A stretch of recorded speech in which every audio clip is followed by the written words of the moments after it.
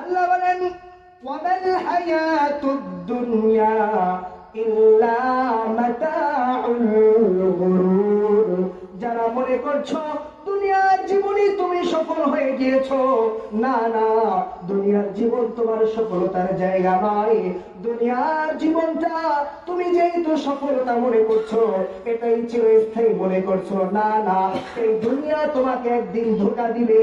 এই দুনিয়া থেকে তোমাকে একদিন চলে যেতে হবে। দুনিয়া থেকে আমাদেরকে চলে যেতে হবে কি হবে না? হবে। আমরা কেউ থাকতে পারবো না, পারবো না। আল্লাহ তাআলা পবিত্র কোরআনের সূরাতুল হাক্কায় বলেন, এই দুনিয়াতে বসে তোমরা যে আমল করবা, যে কাজ করবা, যদি তোমরা ভালো আমল করে থাকো, ভালো কাজগুলো করে থাকো, আমি আল্লাহ যেই বিষয়গুলো থেকে তোমাদেরকে দূরে থাকতে বলেছি সেগুলো থেকে যদি দূরে থাকো, আমি আল্লাহ তোমাদেরকে যেই বিধান দিয়েছি ওই বিধান মোতাবেক যদি তুমি চলতে পারো, ও আমার বান্দা শুনে রাখো, কিয়ামতের দিন আমি তোমাকে তোমার আমলনামা ডান হাতে দান করব।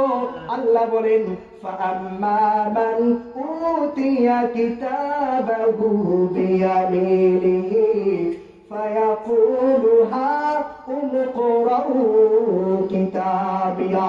কিয়ামতের দিন আল্লাহ যাকে ডান হাতে আমলনামা দিবে, আর তার আমলনামা ভালো হলে ডান হাতে দেওয়া হবে, এমন অবস্থায় সে আনন্দ হবে, আনন্দ চিত্তে লোকদেরকে বলতে থাকবে, দেখো দেখো আমার আমলনামা কত ভালো হয়েছে, আমার আমলনামা কত সুন্দর হয়েছে। আর তোমরা কি জানো আমার আমলনামা ভালো হওয়ার কারণ কি? লোকেরা বলবে কি কারণে তোমার আমলনামা ভালো হয়েছে? তখন ওই ব্যক্তি বলতে থাকবে, ইন্নী ওয়ানানতু আন্নী মুলাকিন হিসাবিয়া। আল্লাহ যখন আমাকে দুনিয়াতে পাঠিয়েছেন, ওই দুনিয়াতে থাকা অবস্থায় আমি বিশ্বাস করতাম আমি মৃত্যুবরণ করব, মৃত্যুবরণ করার পরে পুনরায় আল্লাহ তাআলা আমাকে উঠাবেন, আল্লাহর সামনে আমাকে দাঁড়াতে হবে, আমার কৃতকর্মের হিসাব দিতে হবে। এই জন্য দুনিয়াতে থাকা অবস্থায় আমি মন্দ কাজ করি নাই, আল্লাহ যেগুলো থেকে বিরত থাকতে বলেছেন সেই কাজগুলো থেকে বিরত থেকেছি, আল্লাহ যে কাজগুলো করতে নির্দেশ দিয়েছেন তা আমি করেছি, এই জন্যই আজকে আমার আমলনামা এত ভালো হয়েছে। মুহতারাম হাজিরিন, যদি আল্লাহর বিধান মোতাবেক আমরা চলতে পারি তো আমলনামা ভালো হবে, ওই কিয়ামতের দিন আমরা সন্তুষ্ট হতে পারবো, শান্তিদায়ক জীবন পাবো, নতুবা পাওয়া যাবে না। এরপরে আল্লাহ বলেন ফি জান্নাতিন আলিয়া, আমি ওই ব্যক্তিকে সুউচ্চ আলিশান একটা জান্নাত দান করব, তখনই সে সন্তুষ্ট হতে পারবে। দুনিয়াতে কোনো মানুষ সন্তুষ্ট হতে পারে না।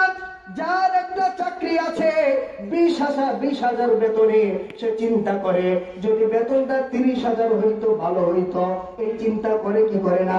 তার মানে 20,000 টাকায় তার হয় না, এতে সন্তুষ্ট হতে পারে নাই।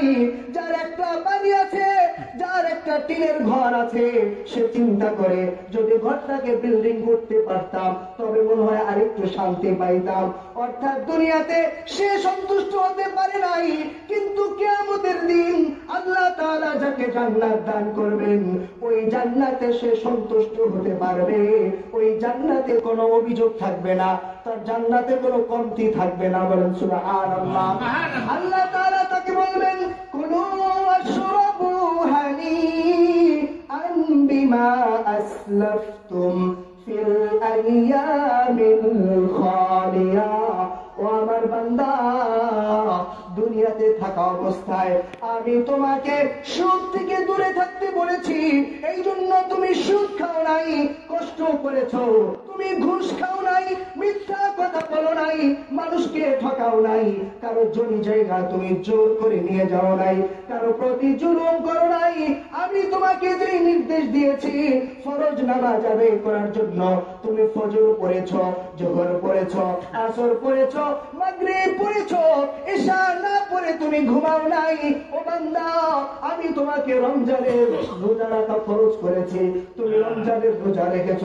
তোমার যাকাত ফরজ হওয়ার সঙ্গে সঙ্গে যাকাত দিয়েছ, হজ ফরজ হওয়ার সঙ্গে সঙ্গে হজ করেছ।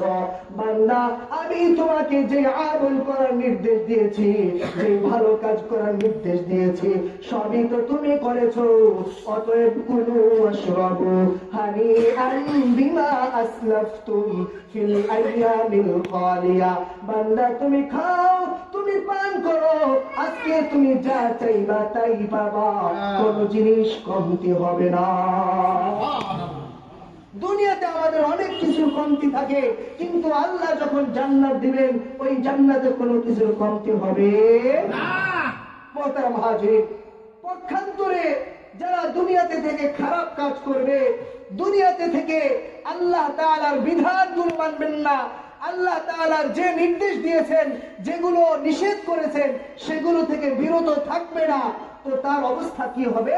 আল্লাহ বলেন, وَأَمَّا مَنْ أُوتِيَ كِتَابَهُ بِشِمَالِهِ فَيَقُولُ يَا لَيْتَنِي لَمْ أُوتَ كِتَابِيَا। আর যার আমলনামা বাম হাতে আসবে, সে সেদিন আফসোস করবে, আফসোস করে বলবে, ইয়া লাইতানি, ইয়া লাইতানি, হায় আফসোস, হায় আফসোস, আজকে যদি আমলনামা আমাকে না দেওয়া হতো, আজকে যদি হিসাব নিকাশের সম্মুখীন আমাকে না করা হতো, তো কতই না ভালো হতো। সে বলতে থাকবে, ইয়া লাইতানি, ইয়া লাইতানি, হায় আফসোস, হায় আফসোস, এখন যদি আমার পুনরায় মৃত্যু হয়ে যায়, অথবা ওই যে আমার মৃত্যু হয়েছিল এটাই যদি সবকিছুর শেষ হইতো, কতই না ভালো হতো। সেদিন সে আফসোস করে কথা বলবে। আচ্ছা বলুন তো, সেদিন আফসোস করলেও কোনো কাজে আসবে? কোনো কাজে আসবে না। সে আর আফসোস করে বলবে, মা আউনা আন্নি মালিয়া, দুনিয়াতে থাকা অবস্থায় আমার কত সম্পদ ছিল, ধন সম্পদ ছিল, যখন যা ইচ্ছা আমি ক্রয় করতে পেরেছি, ধন সম্পদ দিয়ে মানুষকে আমার দলে আনতে পেরেছি, আমার সাথে যুক্ত করতে পেরেছি, আমি যেটা বলতাম সেটাই করত আমার ধন সম্পদের কারণে। আজকে তো আমার ধন সম্পদ আমাকে কোনো কিছু করতে পারলো না, আমার ধন সম্পদ তো আমার কোনো উপকারে আসলো না। হালাকা আন্নি সুলতানিয়া, দুনিয়াতে থাকা অবস্থায় আমার ক্ষমতা ছিল, আমি মেম্বার, আমি চেয়ারম্যান, আমি এমপি, মন্ত্রী, মিনিস্টার, প্রাইম মিনিস্টার, প্রেসিডেন্ট ছিলাম, কত ক্ষমতা আমার ছিল। আমি সত্যকে মিথ্যা বানাইতাম, মিথ্যাকে সত্য বানাইতাম, আমি এলোমেলো করার ইচ্ছা করলে করতে পারতাম, যা ইচ্ছা দুনিয়াতে থাকা অবস্থায় করতে পারতাম। কিন্তু আজকে দেখি ওই ক্ষমতাও তো আমার নাই, ওই ক্ষমতাও তো আমার নাই। এই বলে সে আফসোস করবে, আর আল্লাহ তাআলা বলবেন, খুযুহু ফাগুল্লুহু, ও আমার ফেরেশতারা, ওই ব্যক্তিকে ধরো, লোহার বেড়ি পরাও, আর তাকে জাহান্নামে নিক্ষেপ করো। ওই বান্দাকে যখন জাহান্নামের দিকে হাঁকিয়ে নেওয়া হবে, জাহান্নামের এমন তীব্রতা থাকবে, ওই তীব্রতার কারণে জাহান্নামে নিক্ষেপ করার আগে তার নিচের ঠোঁট সিদ্ধ হয়ে জমিনে পড়ে যাবে, আর উপরের ঠোঁট বটে উপরের দিকে উঠে যাবে। ওই বান্দাকে যখন জাহান্নামে নিক্ষেপ করা হবে, নিক্ষেপ করার সঙ্গে সঙ্গে তার শরীরটা ঝলসে যাবে, তার প্রচন্ড ক্ষুধা পিপাসা লাগবে, সে খাবার খাবার বলে চিৎকার করবে। তাকে কোনো সাধারণ খাবার দেওয়া হবে না, তাকে দেওয়া হবে জাক্কুম গাছ, আর জাক্কুম গাছের ফল, ওটা এমন বিষাক্ত গাছ আর বিষাক্ত ফল, কেউ যদি খায় তার গলায় আটকে যায়। দুনিয়াতে কোনো মানুষের গলায় কোনো কিছু আটকালে সে পানি চায় কি চায় না? চাই। ওই জাহান্নামী ব্যক্তির গলায় যখন ওই খাবারটা আটকে যাবে, তখন সে পানি পানি বলে চিৎকার করবে, তাকে কোনো পানি দেওয়া হবে না। এমন সময় জাহান্নামীদের পচা পুরুষ রক্ত তাকে যখন দেওয়া হবে, সে কোনো দিকে না তাকাইয়া ওই পচা উত্তপ্ত পুরুষ রক্তগুলো যখন সে পান করবে, পান করার সঙ্গে সঙ্গে তার পিছনের রাস্তা দিয়ে নারী ভুঁড়ি গুলো বের হয়ে যাবে। বলেন না, এমন অবস্থায় সে মৃত্যু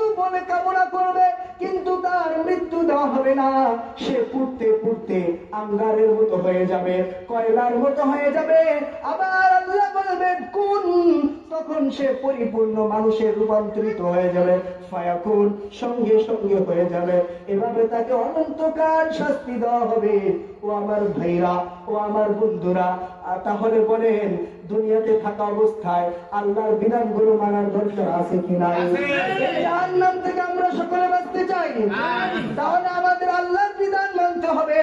আল্লাহ তাআলা পবিত্র কোরআনে বলেন, ইয়া আইয়ুহাল্লাযীনা আমানু যকুরুল্লাহ, ও বান্দা তুমি আমি আল্লাহর জিকির করো, যিকরান কাসীরা, বেশি বেশি জিকির করো। আল্লাহর জিকির বেশি বেশি করার নির্দেশ দিয়েছেন কে? আল্লাহ দিয়েছেন। এজন্য আমাদের জিকির করার দরকার আছে কি না? আছে।